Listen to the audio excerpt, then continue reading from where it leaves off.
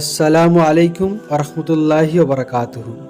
আজ আমি আপনাদের জীবনের এমন কিছু অমূল্য বাণী শোনাবো, যে অমূল্য বাণীগুলো যদি জীবনে আমরা নিতে পারি তাহলে আমাদের জীবনের সফলতা চলে আসবে।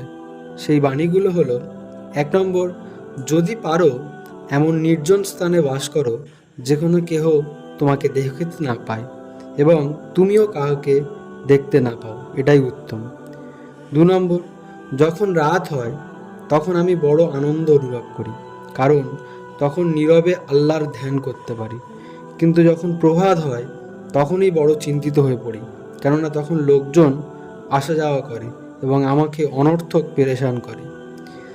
3, যে ব্যক্তি নির্জনতাকে ভয় করে ও মানুষের সাথে মেলামেশা করে শান্তি লাভ করে, সে শান্তি হতে বহু দূরে থাকে।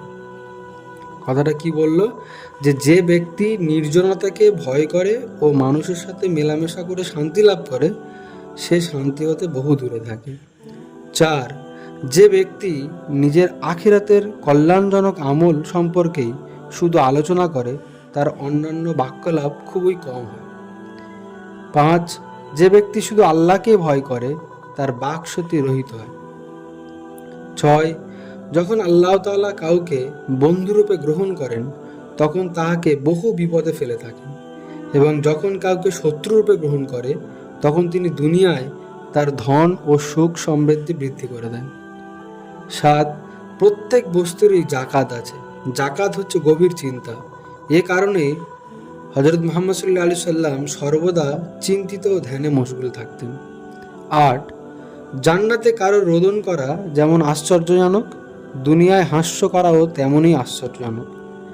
যার অন্তরে আল্লাহর ভয় স্থান লাভ করে, অযথা কথা তার মুখ থেকে বের হয় না।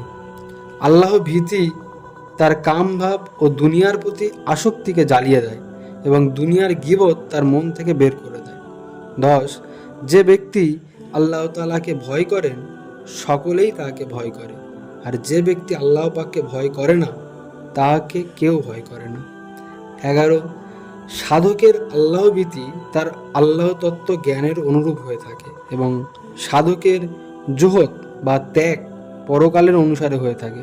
অর্থাৎ যে আল্লাহ তত্ত্বে যত অধিক জ্ঞানী হয়, আল্লাহর ভয়ে সে অনুপাতে ভীত থাকে, এবং যে আখিরাতের নিয়ামতের যত বেশি আকাঙ্ক্ষী হয়, দুনিয়াতে সেরূপ সংসার বিরাগী হয়।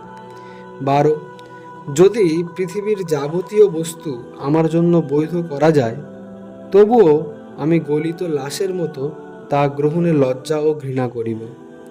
13, সংসারে প্রবেশ করা সহজ, কিন্তু বের হওয়া অত্যন্ত কঠিন। 14, দুনিয়া একটি পাগলাগারদের মতো, এতে যারা বাস করে তারা পাগলের মতো। কয়েদখানায় যেমন পাগলের হাত পা শিকল বাঁধা থাকে, তেমনি তারাও দুনিয়ায় মায়া মমতায় আবদ্ধ থাকে। 15, আল্লাহর কসম, যদি জান্নাত মাটির তৈরি ও চিরস্থায়ী হতো এবং সংসার স্বর্ণ নির্মিত ও অস্থায়ী হতো, তা হলেও চিরস্থায়ী মাটির তৈরির জান্নাতের প্রতি মানুষের অধিক অনুরাগ থাকা উচিত। অতএব জান্নাত যখন সোনার তৈরি ও চিরস্থায়ী এবং সংসার মাটির তৈরি ও অস্থায়ী, এ অবস্থায় জান্নাত ছেড়ে দুনিয়ার প্রতি অনুরাগী হওয়ার কোনো কারণ থাকতে পারে না।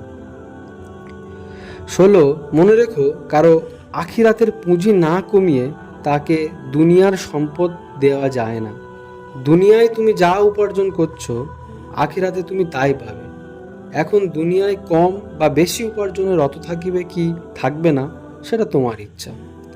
17, দুনিয়ার কোমল ও মূল্যবান পোশাক এবং সুস্বাদু খাদ্যের প্রতি আসক্ত হইও না, তাহলে জান্নাতের লেবাস ও সুস্বাদু খাদ্য থেকে বঞ্চিত থাকিবে।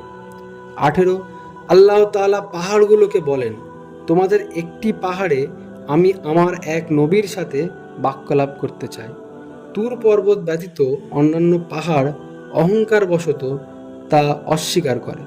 তুর পর্বত বিনয় প্রকাশ করায় আল্লাহ তাআলা সেখানে মুসা আলাইহিস সাথে বাক্যালাপ করে তুরকে ধন্য করেন। আল্লাহর কাছে নম্র হওয়া, তার হুকুমের তাবেদার হওয়া এবং আল্লাহ যা হুকুম করেন তা পালন করা ও যা নিষেধ করেন তা থেকে বিরত থাকার নামই হচ্ছে বিনয়। 19, যে ব্যক্তি নিজেকে সম্মানিত বলে মনে করে সে বিনয়ী নয়। 20, যে ব্যক্তি আপন ভাইয়ের সহিত বাহ্যিক ভালোবাসা দেখায় ও অন্তরে শত্রুতার ভাব পোষণ করে, আল্লাহ তাআলা তার উপর লানত বা অভিশাপ করেন। এরূপ ব্যক্তিকে কিয়ামতের দিন আল্লাহ তাআলা অন্ধ ও বধির করে উঠাইবেন।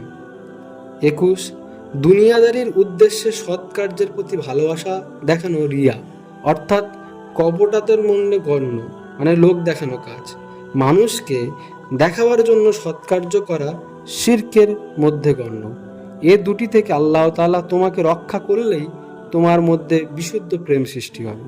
22, আমি কপট নই এ কথা বলা অপেক্ষা আমি শপথ করে বলি যে আমি কপট বলা আমি অধিক পছন্দ করি। 23, আল্লাহ যে অবস্থায় রাখুন না কেন তাতে সন্তুষ্ট থাকার নামই প্রকৃত জুহুদ বা ত্যাগ। সাধকগণ আল্লাহ তাআলার সকল কাজেই সন্তুষ্ট থাকেন। 24, আল্লাহ তাআলা সম্বন্ধে যে যত অধিক জ্ঞান লাভ করে সে তত বেশি তার ইবাদতে মশগুল থাকে। দুনিয়ার কাছে থেকে কোনো প্রকার সাহায্য প্রার্থী না হওয়ায় প্রকৃত বীরত্ব।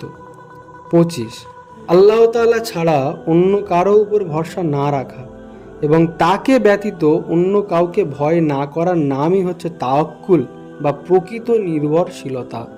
26, যে ব্যক্তি আল্লাহ তাআলার উপর সম্পূর্ণ বিশ্বাসী তিনি তার উপর নির্ভরশীল হন, আর যে ব্যক্তি কোনো কাজে আল্লাহর উপর দোষারোপ করে সে নির্ভরশীল নয়। অন্তরে ও বাইরে তার সন্তুষ্ট থাকা এবং কোনো ক্রমেই তার নিন্দা না করা প্রত্যেকের কর্তব্য। 27, তোমাকে যদি কেউ জিজ্ঞাসা করে যে তুমি কি আল্লাহ তাআলাকে ভালোবাসো, তাহলে তুমি চুপ থাকো, কারণ তুমি যদি বলো ভালোবাসি না তাহলে কাফির হয়ে যাবে, আর যদি বলো হ্যাঁ আমি তাকে ভালোবাসি তবে মিথ্যা বলা হবে, যেহেতু তোমার কার্যসমূহ সেইটা প্রমাণ করে না। 28, অনেক লোক পাক হওয়ার জন্য কাবা শরীফ গিয়ে থাকে কিন্তু নাপাক হয়ে সেখান থেকে বের হয়। 29, যে ব্যক্তি মলিন মুখে মানুষের সাথে সাক্ষাৎ করে সে মুসলমানি ধ্বংস করার চেষ্টায় রত থাকে। 30, কেহ চতুষ্পদ জন্তুকে লানত অর্থাৎ অভিশাপ করে আর এই উত্তরে পশু আমিন বলে, অতঃপর এই বলে দোয়া করে আল্লাহ আমার এ ব্যক্তির মধ্যে যে বেশি নাফরমান এ লানত তার উপর বর্ষিত হোক।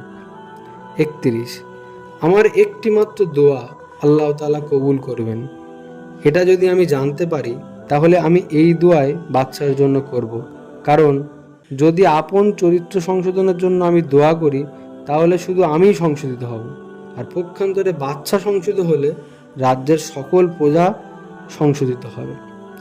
32, দুটি স্বভাব অন্তঃকরণ ধ্বংস করে, বেশি খাওয়া আর বেশি শোয়া। 33, মূর্খতাবশত তোমাদের মধ্যে দুটি স্বভাব দেখা যায়, এক হচ্ছে কোনো আশ্চর্য বস্তু না দেখেই হাস্য করা, আর 2, লোককে উপদেশ প্রদান করা কিন্তু নিজে সে অনুসারে আমল করা ও রাত্রি জাগরণে অলসতা করা। 34, আল্লাহ তাআলা বলেন, হে মানব জাতি, যদি তোমরা আমাকে স্মরণ করো আমিও তোমাদিগকে স্মরণ করিব, যদি তোমরা আমাকে না ভুলো আমিও তোমাদিগকে ভুলব না। আল্লাহ তাআলা জনৈক নবীকে বলেছিলেন, আপনি পাপীদিগকে এ সংবাদ দান করুন, যদি তারা তওবা করে আমি তা কবুল করব, এবং সিদ্দিকগণকে ভয় প্রদর্শন করুন যে আমি ইচ্ছা করলে সকলকেই আযাব দিতে পারি। একদিন ফোজাইল আপন পুত্রকে দিনারের ময়লা পরিষ্কার করতে দেখে বললেন, বাবা, এ কাজ ত্যাগ করাই তোমার পক্ষে 10 হজ ও 10 ওমরার থেকে শ্রেষ্ঠ। ফোজাইল দোয়া করেন, ইলাহি, তুমি অনেক সময় আমাকে উপবাসে রেখে থাকো, এমনকি রাতে বাতিও দান করো না, এগুলোও তো তোমার প্রিয় দিগের বিশেষত্ব। আমি এমন কি কাজ করে এ সম্মান লাভ করলাম তা বুঝি না, তুমি আমার প্রতি রহমত নাজিল করো, কারণ তুমি আমার অবস্থা সম্বন্ধে সম্পূর্ণ জ্ঞাত আছো। আমার প্রতি আযাব নাজিল করো না, কেননা তুমি যা ইচ্ছা তাই করতে পারো। কথিত আছে 30 বৎসর পর্যন্ত কেহ ফোজাইলের মুখে হাসি দেখেনি, কিন্তু সেদিন তার পুত্রের মৃত্যু হয়েছিল, সেদিন তিনি হেসেছিলেন। তা দেখে লোকে জিজ্ঞাসা করল, এ সময় হাসার কারণ কি?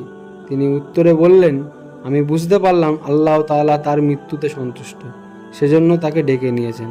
অতএব আমিও তার সন্তুষ্টির সাথে শরিক হয়ে হাসলাম।